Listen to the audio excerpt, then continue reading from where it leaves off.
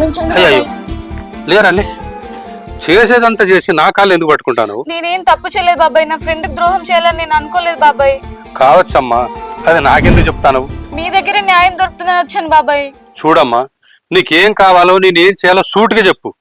నాతోటి ఏదైతే అది చెప్తా. బాబాయ్ నా కథంతా చెప్తాను. మీరు ఏ శిక్ష వేసినా నేను భరిస్తాను బాబాయ్. ఒకసారి నా గతమంతా చెప్తాను, వినండి బాబాయ్, ప్లీజ్ బాబాయ్.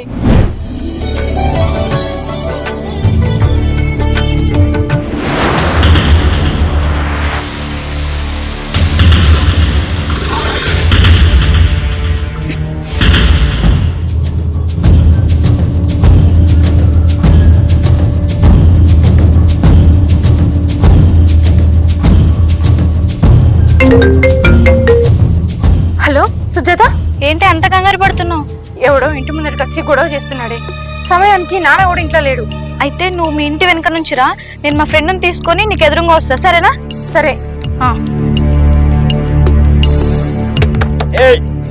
హలో దొరిది ఎన్నిసార్లు ఫోన్ చేయాలి నీకు? హలో డోర్ది.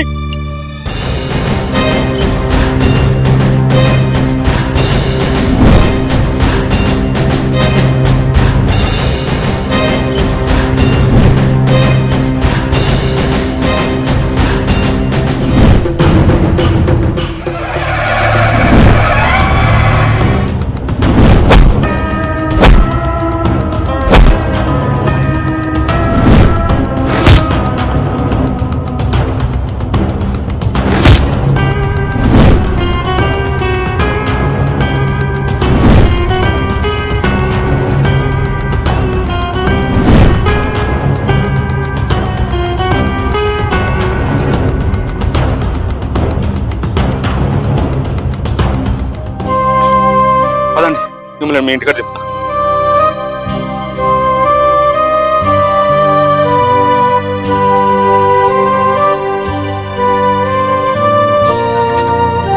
ఆపండి ఇక్కడే. ఇక్కడ నుంచి నడుచుకుంటూ వెళ్ళిపోతా. థ్యాంక్ యూ అండి.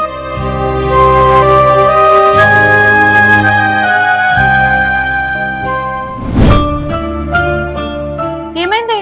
ఎవడో వచ్చాడన్నావు, ఆగమాగం ఫోన్ చేసావు, ఎక్కడ వాడు? సమయానికి ఎవరో ఒక అతను వచ్చి వాడిని కొట్టి నన్ను కాపాడిండే. అమ్మయ్యా, ఇంత కథనెక్కడా? వెళ్ళిపోయాడు. సరే, మొత్తానికి గండం అయితే గట్టెక్కింది, అంతేనా? సరే ఉండవే, టీ పెడతా.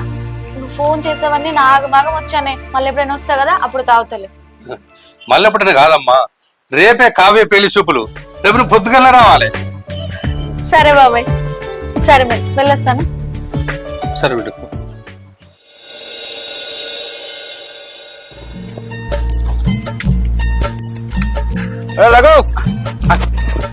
ఏందన్నా గిట్ట హుషారుగా ఉన్నావు? నంబర్ 40 బలా అంటే కొత్త వారి కోసం. చలపా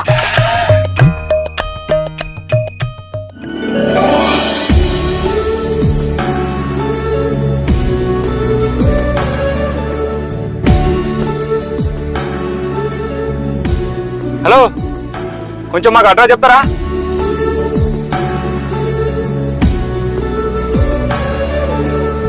మా ఊళ్ళో మీకెవరున్నారు? నా కాబోయే పిల్ల ఉన్నది, అయితే చెప్పవా? అబ్బో, ఎవరో ఆ పుణ్యాత్మురాలు. అరే రఘు, నువ్వే అడిగారా? ఇక్కడ నల్లపిల్లి బీర ఇల్లు ఎక్కడా? ఓహో, ఇదా సంగతి. చెప్తా. ఇంట్లోకి రండి, నేను తీసుకెళ్తా.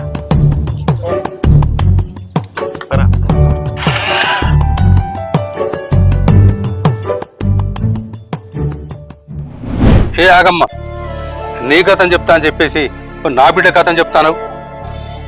నా గతం మీ నుంచే మొదలైంది బాబాయ్, కొంచెం ఓపికతో వినండి బాబాయ్.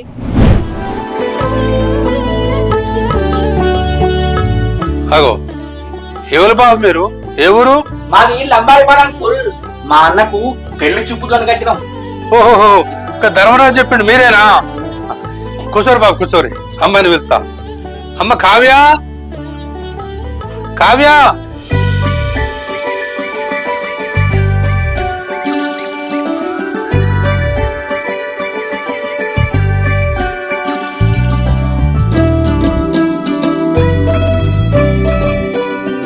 ఏంది బాబు అట్లా చూస్తాను? అమ్మాయి నచ్చలేదా? నచ్చలేదని చెప్పినావు అనుకో, మా ఇంట్లో ఎర్రచిమ్మలు ఎక్కువ తీసుకొచ్చి నీ అంగిర వస్తా. చక్కగా నచ్చిందని చెప్పు. నచ్చింది. శుభం. వారం రోజుల పెళ్లి పెట్టుకుందాం, సరేనా? సరే అంకుల్.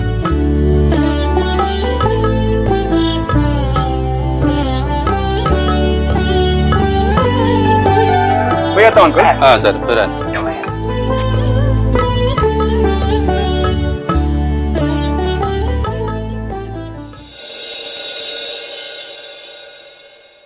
ఏమైంది అర్జెంట్ కాల్ చేసి ఇక్కడికి రమ్మన్నా? ఏం లేదే, నీకు ఒక విషయం చెప్పాలి. మీ ఊరు నుంచి ఒక ఆయన నన్ను పెళ్లి చేసుకుంటాను వచ్చిండు. మా ఊరు నుంచా? ఎవరే అతను?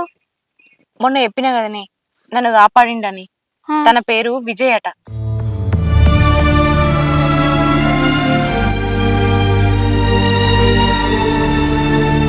నిన్ను చూశాడా?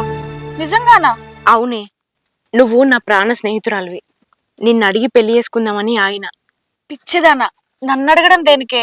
కోరుకున్నవాడు దక్కాలంటే కోటి జన్మల పుణ్యం ఉండాలంటారు. అది నీకుందే. నీ పెళ్లి దగ్గరుండి నేను చేస్తాను. ఇప్పుడు నాకు చాలా సంతోషంగా ఉంది.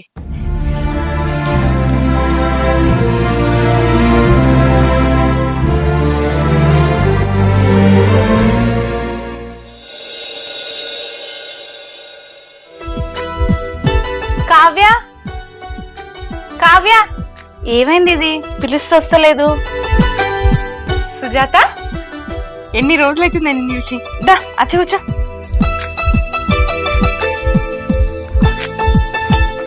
ఏందే ఇది?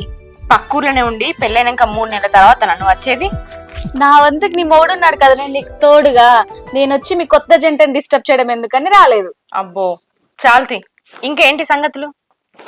హైదరాబాద్ వెళ్ళి ఏదైనా జాబ్ చేద్దాం అనుకుంటున్నానే. జాబ్ కాదు, ముందు పెళ్లి చేసుకో.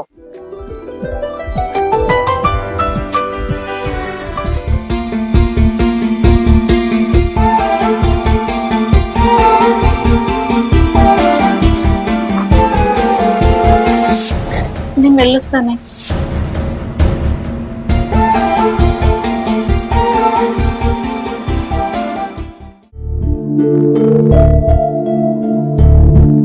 హలో హలో విజయ్, ఒకసారి మా ఇంటి దగ్గరికి రావా? నీతో కొంచెం మాట్లాడాలి.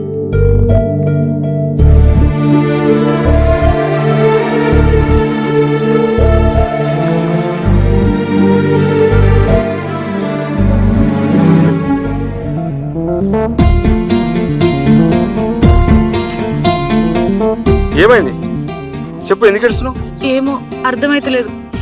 నువ్వు దూరమైనప్పటి నుంచి బ్రతుకు భారంగా ఉంది. అరే ఎంతో సంతోషంగా ఉండేదానివి, ఇట్లెందుకైనావు? ఏమో తెలుస్తలేదు. సుజాత, నా దగ్గర ఏమైనా దాస్తున్నావా? అయ్యో నీకెలా చెప్పాలి? ఒక్కసారి దాచినందుకే నా కంట కన్నీరు ఆగడం లేదు తెలుసా? దాచావా? అవును, సముద్రం పక్కన పెట్టుకొని చాప దూపకేచినట్టు ఇన్ని రోజులు నా పక్కనే ఉన్నా అది ప్రేమని తెలుసుకోలేకపోయాను. కానీ నువ్వు దూరం అయ్యావని తెలిస్తే నాకు చచ్చిపోవాలనిపిస్తుంది. ఏం మాట్లాడుతున్నావు నువ్వు? ప్రేమనా? తినే తిండి నుంచి కట్టుకునే బట్ట దాకా అన్నీ అడిగిన నువ్వు నిన్ను ప్రేమిస్తున్నా అని ఒక్క మాట చెప్పరాలేదా?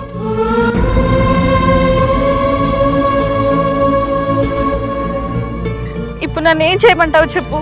చూడు, నీ చేతులతోటే నన్ను ఇంకోళ్ళ చేతిలో పెట్టినావు. అందం దానికోసం ఆశపడక ఇంటికెళ్ళు.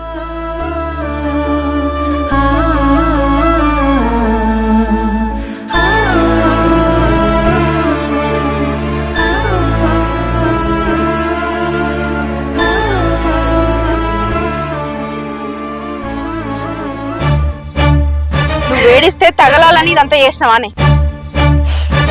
కావ్య ప్లీజే, అలానకే చచ్చిన బాబుని ఇంకా చంపకే. నువ్వు చేసిన పనికి చంపుడు కాదే, నిన్నేం చేసినా తప్పులేదు. ఛీ, ఒక స్నేహితురాలి మొగన్ని కోరుకోవడం ఏంటే దుర్మార్గం కాకపోతే? అనే నీకెలా అనిపిస్తే అలా అనే. మీరు కూడా స్నేహితులే కదా, మరి అప్పుడు చెప్పరాలేదా నిన్ను ప్రేమిస్తున్నా అని? అనుకున్నానే, కానీ సడన్ గా నువ్వు చెప్పేసరికి నువ్వు కూడా నా స్నేహితురాలువే కదా అని మీ ఇద్దరికి పెళ్లి చేశానే. కానీ ఇప్పుడు నాతో అయితే లేదే. నువ్వు చేసిన చిన్న నిర్లక్ష్యం వల్ల అక్కడ మా ఆయన, ఇక్కడ మనం ఎంత వేదనకు గురవుతున్నామో నీకు అర్థమవుతుందా? కావ్య అలానకే, నీకు దండం పెడతానే. చూడు, రేపటి నుంచి నేను తనకి దూరంగా వెళ్ళిపోతా. నీ ఇష్టం ఉన్నట్టు చేసుకో.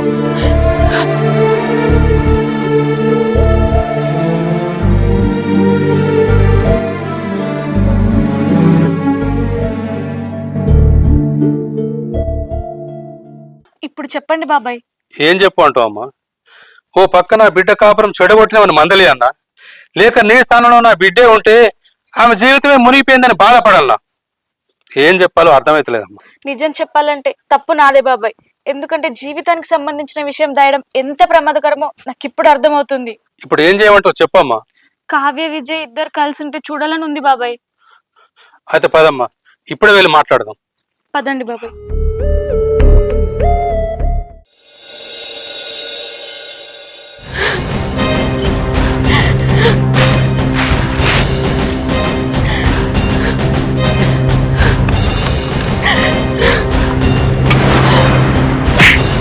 శనికా విషయంలో నువ్వు చేసే పనికి నువ్వు ఒక్కదాని కాదే, నేను మీ అయ్యా ముగ్గురు జీతాలు బుక్కిపోలేదు.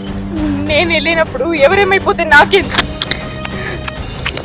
అరే రఘు, ఆ డబ్బు అందుకోరా. నేను పోతానన్నా కొందరికి అర్థమవుతుంది. రఘు, మర్యాదగా చెప్తున్నా, ఆ డబ్బా కింద పడి. ఇది అన్నకు గాలి వదినే, మా పొలానికి మందు కొట్టడానికి దాచుకునే ఈ డబ్బా. అరే సాయి, డబ్బితో అయ్యారా? వద్దండి, మీరు లేకుండా నేను బతకలేను. చూడు బంగారం, ఒకప్పుడు నువ్వే అన్నావు కదా మన ఇద్దరం కలిసి ఇంకో ఇద్దరికి జన్మనివ్వాలని. మర్చిపోయినావా? అన్నాను గాని అన్నా ఏందా వదిన వచ్చింది? వదిన ఎవరా? నీ ఎక్స్ గర్ల్ ఫ్రెండ్. ఒసేయ్, నువ్వు మళ్ళొచ్చినానే? నువ్వు భయపడకమ్మా, తను పూర్తిగా మారిపోయింది. ఇప్పుడు మీ మంచి కోరే వచ్చింది. కావ్య, ఈ మాయధర ప్రేమ వల్ల నేను మిమ్మల్ని ఇద్దరిని చాలా ఇబ్బంది పెట్టానే, నన్ను క్షమించవే. సుజాత, ఫ్రెండ్ కోసం నీ ప్రేమని త్యాగం చేసినావు. నీకేమి ఇచ్చి రుణం తీర్చుకొని? చూడమ్మా, కొన్ని రుణాలు కొన్ని రకాలుగా తీరుతాయమ్మా. మంచి చేసిన వాళ్ళకి మంచి చేయకుండా పర్వాలేదు, చెడు చేయకుండా చాలమ్మా, ఆ రుణం ఆ విధంగా తీరిపోతుంది. విజయ్, నీ భార్యకి నేను ఇచ్చాను కదా, మరి నువ్వు నాకేమిస్తావు? మా ఆయనని తప్ప ఇంకేమైనా అడుగు, ఇస్తాడు. సుజాత, ఇంకేం కావాలి అడుగు. నువ్వు ఈ మాయదారి ప్రేమ పాటగా అన్ను మళ్ళీ నువ్వే కావాలన్నా అనుకో, కథ మోడికెత్తది.